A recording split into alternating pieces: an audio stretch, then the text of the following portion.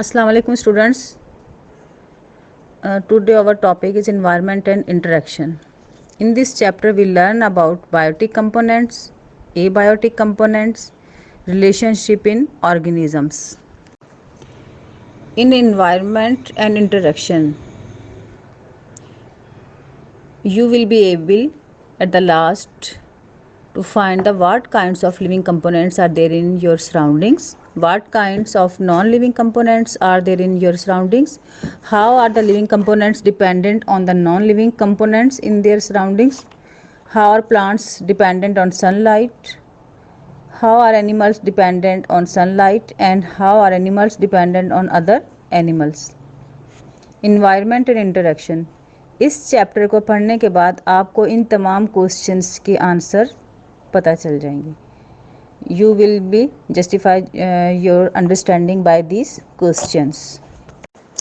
Biotic components. There are three different type of biotic components: producers, consumers, decomposers.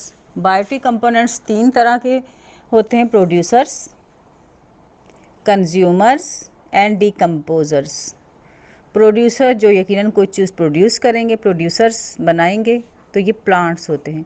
Consumers जो use करेंगे, consume करेंगे, किसी चीज़ को इस्तेमाल करेंगे, तो कोई पौधों को इस्तेमाल करें या जानवरों को इस्तेमाल करें, कंज्यूमर्स में एनिमल्स आएंगे. डिकम्पोजर्स तोड़ देना, ब्रेक डाउन करना, तो डिकम्पोजर्स में स्मॉल बॉडीज़ आएंगी, बैक्टीरिया और फंगस वगैरह. Biotic components, producer, consumers and decomposers. Producers, the green plants, algae and some bacteria that can make their own food by using water and carbon dioxide in the presence of sun's energy are called producers. सूरज की रोशनी की मौजूदगी में वो bodies जो green plants हैं या alga हैं, carbon dioxide और वाटर की मौजूदगी में अपनी फूड फोटोसिंथेसिस से खुद प्रिपेयर कर लें, प्रोड्यूसर से होते हैं. यानी वो फूड बनाते हैं बाकी सब के लिए, खुद भी यूज़ करते हैं और बाकी सब भी उसे कंज्यूम करते हैं. Consumers, the animals that get their food by eating plants और other animals are called consumers. There are three types of consumer: primary, secondary and tertiary consumers.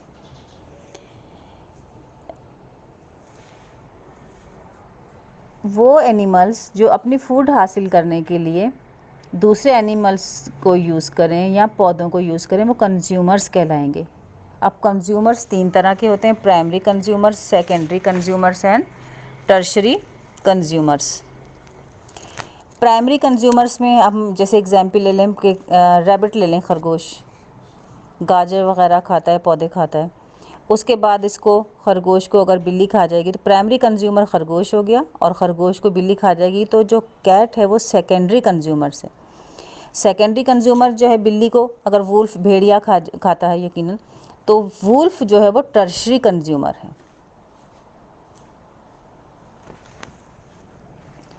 Primary consumers herbivores होते हैं मोस्टली, और उसके बाद secondary और tertiary consumers जो होते हैं वो कार्निवोर्स होते हैं.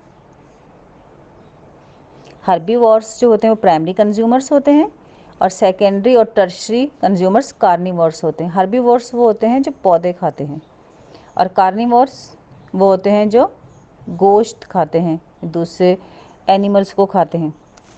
Decomposers, the small animals and fungi living in the soil feed on dead decaying bodies of plants and animals are called decomposers. They break down complex substances in the dead bodies into simple substances. These simpler substances enter the soil again after complete decomposition of the plants and animals. From the soil, the green plants absorb these substances in producing food during photosynthesis. Decomposers small animals और fungi वगैरह होते हैं जो dead bodies को decay कर देते हैं, decompose कर देते हैं. ये ब्रेक डाउन करते हैं कम्प्लेक्स सब्सटेंसेस को, डेड बॉडीज़ के कम्प्लेक्स सब्सटेंसेस को सिंपल सब्सटेंसेस में. और ये सिंपल सब्सटेंसेस होते हैं, ये दोबारा डिकम्पोजिशन जो होती है प्लांट्स और एनिमल्स की, दोबारा सॉइल में एंटर हो जाते हैं और फिर पौधे इनको दोबारा एब्सॉर्ब, इन सब्सटेंसेस को दोबारा फोटोसिंथेसिस के प्रोसेस के दरमियान पानी के साथ एब्सॉर्ब कर लेते हैं और फिर ये दोबारा रीयूज होना शुरू हो जाता है। Pyramid of producers, consumers and decomposers. Here you see the pyramid. The number of producers is always greater than the number of consumers. The consumers are classified as primary consumer, secondary consumer and tertiary consumer. This depends upon the level which each of them occupies in the pyramid. For example, in the above figure, the rabbit lies at the primary level. The snake occupies the secondary level since it eats rats.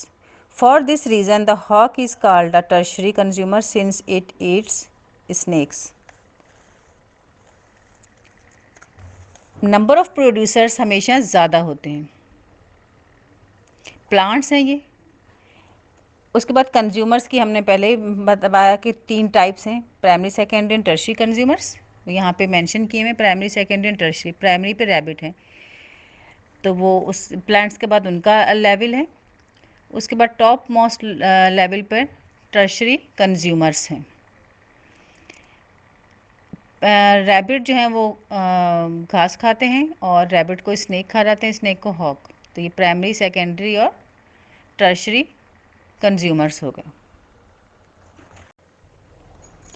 Abiotic components में light, air, soil, temperature, water, gases, soil, जितने भी हमारे आसपास जो हैं non living जो factors है वो शामिल हैं। These physical factors are different at different places. ये इन्वायरमेंट में डिफरेंट जगह पर डिफरेंट होते हैं और बायोटिक कंपोनेंट्स के सर्वाइवल पे इफेक्ट करते हैं। जो लिविंग ऑर्गेनिजम्स का हमने पढ़ा है बायोटिक कंपोनेंट्स, उनकी लिविंग पे इनसे फ़र्क पड़ता है। पाकिस्तान में हर तरह का इन्वायरमेंट मौजूद है और यूनिक फीचर है पाकिस्तान का। पाकिस्तान जो है वो अल्लाह ताला की रहमत से इसमें valleys, desert, ocean, sea, river, lakes, forest, rural और अर्बन इन्वायरमेंट्स हैं। यहाँ पे हम 2 इन्वायरमेंट, डेजर्ट इन्वायरमेंट और रेन फॉरेस्ट इन्वायरमेंट को देखते हैं आज। Desert environment. Deserts are very hot, dry and sandy places. Deserts have extreme heat, high temperature and dry air and very little rain throughout the year. Deserts are very hot during daytime and the temperature drops sharply during the night. Deserts का temperature बहुत ज़्यादा होता है, dry होता है, रेतीली places होती हैं, ये रेत होती है यहाँ पे। जो डेजर्ट्स होते हैं एक्सट्रीमली बहुत ज़्यादा शिद्दत से वहाँ पे गर्मी होती है, टेम्परेचर बहुत हाई होता है, ड्राई हेयर्स चलती हैं, बारिश भी उनकी पूरे साल बहुत कम होती है। अब डेजर्ट्स जो होते हैं दिन के टाइम तो उनका टेम्परेचर बहुत हाई होता है, लेकिन रात में ड्यूरिंग नाइट वो शार्पली चेंज हो जाता है। अब आपने यहाँ पे डेजर्ट्स पाकिस्तान का जो है थर तो आपने ही सुना ही होगा इसका, पाकिस्तान का जो डेजर्ट है। The rain forest has warm temperatures and heavy rainfall.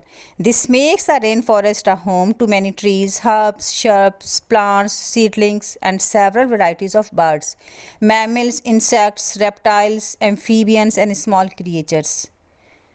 The rainforest covers only about 6% of the total Earth's surface, but is home to over half to 2/3 of the world's total species.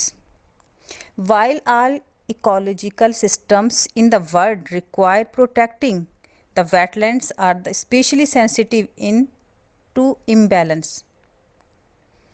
The wetlands found in many areas of the world contain an incredibly diverse group of animals and plants.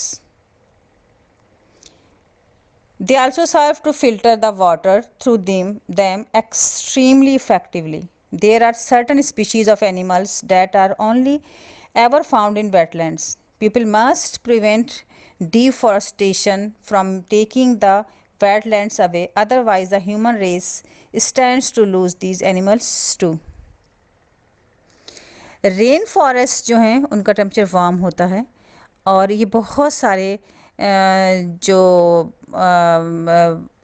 Species हैं उनका घर होता है, trees का, herbs का, shrubs का, plants का, seedlings का, बर्ड्स, मैमल्स, रेप्टाइल्स और बहुत सारे स्मॉल क्रिएचर्स का घर होता है।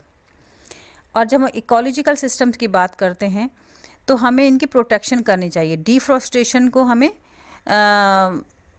जो है वो उससे प्रिवेंट करना चाहिए, उसको रोकना चाहिए। जंगलात की कटाई से हमें रुक जाना चाहिए, क्योंकि इस तरह हम इन तमाम चीज़ों को लूज़ कर देंगे। इनका जो रहने का घर है, घर उनका ख़त्म हो जाएगा, तो वो भी चीज़ें यकीनन ख़त्म हो जाएंगी।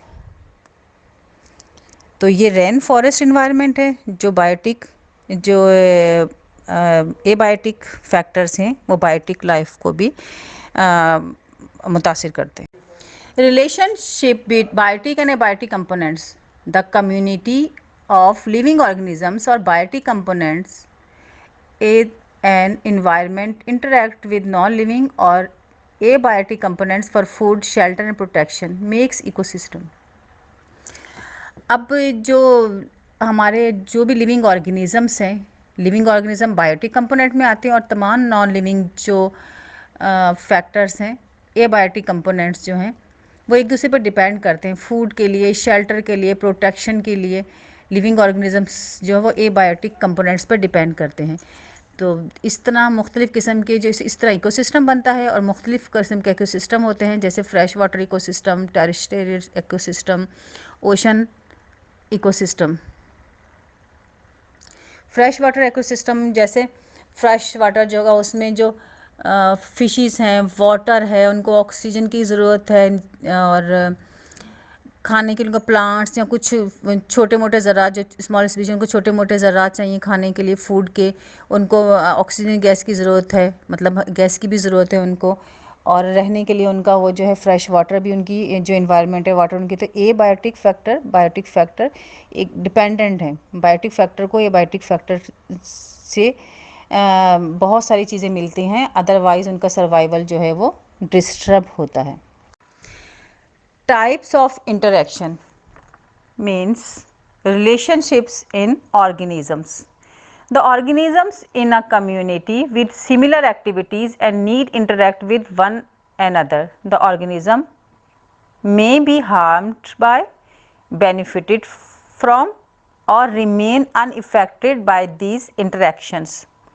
The kinds of interaction between organisms are predator-prey, parasitism, and mutualism. These interactions helps in regulating the population and survival of organisms in different environmental conditions. There are three types of these interactions. First, predator-prey. In the predator-prey interaction, the predator feed directly on and other living organisms, the prey. Parasitism. Parasite is type of a predator, but unlike the predator, it is smaller than the host, remains associated with the host, and draws nourishment from the host and rarely kills the host. Mutualism. In mutualism, two organisms interact in such ways that benefits both. Types of interactions means relationships in organisms.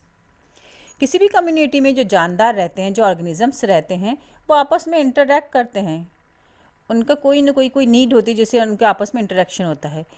Organisms का ये interaction जो होता है वो किसी को नुकसान भी हो सकता है, इसमें बेनिफिटेड भी हो सकता है, और अनइफेक्टेड भी होता है कि किसी पे कोई असर ना हो। इस तरह के इंटरेक्शंस जो होते हैं ऑर्गेनिजम्स के, तीन टाइप्स के होते हैं: प्रीडेटर प्रे, पैरासिटिज्म, म्यूचुअलिज्म। ये इंटरेक्शन जो है वो पॉपुलेशन और सर्वाइवल ऑफ ऑर्गेनिजम्स को रेगुलेट करने में हेल्प देते हैं डिफरेंट एनवायरमेंटल कंडीशंस में। तीन तरह के होते हैं, हम इसको वन बाय वन इसको डिस्कस करते हैं। Predator pray. In the predator pray में फीड के लिए एक ऑर्गेनिज्म दूसरे से इंटरेक्ट करता है। जैसे शेर जो है वो हिरन का शिकार करता है। अब मे भी कि वो शिकार कर ले और मे भी कि वो उस शिकार में नाकाम हो जाए, तो उस हिरन को कोई नुकसान नहीं पहुंचेगा, और शिकार करेगा तो यकीनन उससे नुकसान है। पैरासिटिज्म जो है ये भी प्रीडेटर की एक किस्म है। इसमें क्या होता है कि जो नरिशमेंट के लिए मुसलसल वो होस्ट के साथ अटैच होता है। जैसे मच्छर है, वो अपने होस्ट का खून जो है वो चूसता नरिशमेंट के लिए, और उसके बदले में उसको नुकसान पहुंचाता है। म्यूचुअलिज्म म्यूचुअलिज्म में जब दो ऑर्गेनिज्म आपस में इंटरेक्शन में आते हैं तो वो दोनों एक दूसरे को बेनिफिट देते हैं। जैसे शहद की मक्खी है, वो एक फूल से दूसरे फूल से जब रस के लिए, नेक्टर के लिए वहाँ फूल पर बैठती है तो पॉलन ग्रेन्स उसकी बॉडी के साथ अटैच हो जाते हैं, वो ट्रांसफ़र कर देती है मेल फ्लावर से फीमेल फ्लावर पर। इस तरह रिप्रोडक्शन का प्रोसेस जो है उसमें उनको हेल्प मिलती है। तो ये दोनों एक दूसरे को फ़ायदा देते हैं। मीन्स फ्लावर से उसने शहद के लिए फ्लावर का नेक्टर जो है उसको लिया, जूस लिया उसने वहाँ से, रस चूसा फ्लावर का, और फ्लावर के पोलन ग्रेन्स भी एक से दूसरी जगह पहुँचा दी, जिससे शहद की मक्खी को भी फ़ायदा हुआ और उस फ्लावर को भी फ़ायदा हुआ।